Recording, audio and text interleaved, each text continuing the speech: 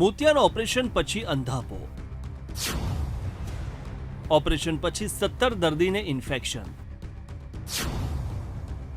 Ramanand trust hospital ફરી ચર્ચામાં.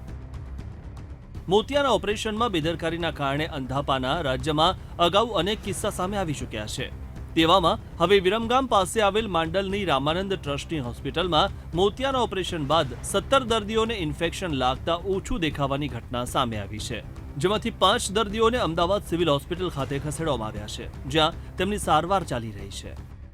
10 તારીખે મોતિયાના ઓપરેશન માટે સર્જરી કરેલી છે. એ દર્દીઓમાંથી 5 દર્દીને ઇન્ફેક્શન વધારે થયેલું હતું અને એ લોકો ગઈકાલે 15 તારીખે સિવિલ હોસ્પિટલ અહીંયા આંખ વિભાગમાં રિફર થયા છે અને આવ્યા છે.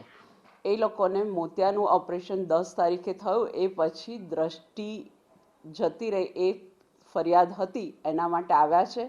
અમે જોયા છે, ઇન્ફેક્શન છે અને એની સારવાર અમે કરી રહ્યા છીએ.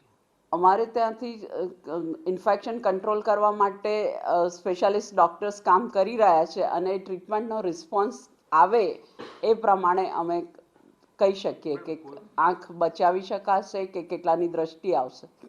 રામાનંદ ટ્રસ્ટની હોસ્પિટલમાં 10મી જાન્યુઆરીએ 28 લોકોના મોતિયાના ઓપરેશન કરવામાં આવ્યા હતા, જેમાંથી 17 દર્દીઓને ચેપની અસર થઈ હતી અને 5 લોકોની હાલત વધુ ખરાબ થતાં તેમને અમદાવાદ રિફર કરાયા. જો કે અમારી ટીમ માંડલ ખાતે પણ પહોંચી, જ્યાં અન્ય 12 દર્દીઓ દાખલ છે. તેમની સ્થિતિ પણ જાણવાનો પ્રયાસ કર્યો. મારા ઘરનાને મોતૈયાનો હોવાથી મોતૈયા ઉતરવા માટે આવેલા. 10 તારીખે મોતૈયા ઉતરીને સાંજે રજા આપી. શનિવારે તમારે દેખાડવા આવવાનું.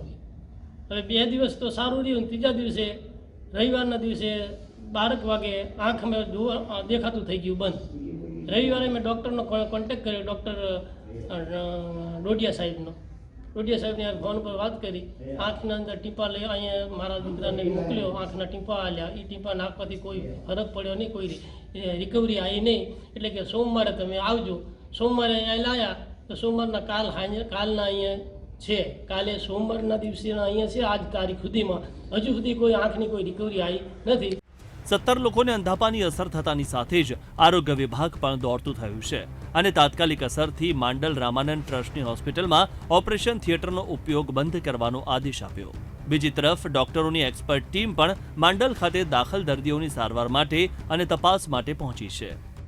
ભાઈ આમાં એવું છે કે આ સંસ્થાને 40 વર્ષથી આ પ્રવૃત્તિ એક્ટિવિટી છે. 1 લાખથી 1.5 લાખ જેવા ઓપરેશન ભૂતપૂર્વમાં થઈ ચૂકેલા છે. ક્યારેય આવી ઘટના ઘટી નથી. કયા કારણથી વાયરસ અંદર ફેલાઈ ગયો અને દર્દીઓને ઇફેક્ટ થઈ છે એ તપાસનો વિષય છે. અત્યારે અમદાવાદથી ઉચ્ચ કક્ષાના અધિકારીઓ તપાસ કરી રહ્યા છે. હજી સુધી દર્દીઓને અંધાપાની અસર કેવી રીતે થઈ તે સામે આવ્યું નથી, પરંતુ હોસ્પિટલમાં બેદરકારીના કારણે જ આ ઇન્ફેક્શન ફેલાયાના આક્ષેપ લાગી રહ્યા છે. ત્યારે જોવાનું એ રહેશે કે તપાસ કમિટીના રિપોર્ટમાં શું સામે આવે છે અને આ તમામ દર્દીઓનો અંધાપો ક્યારે દૂર થાય છે. Darshal Raval, VTV News, Ahmedabad.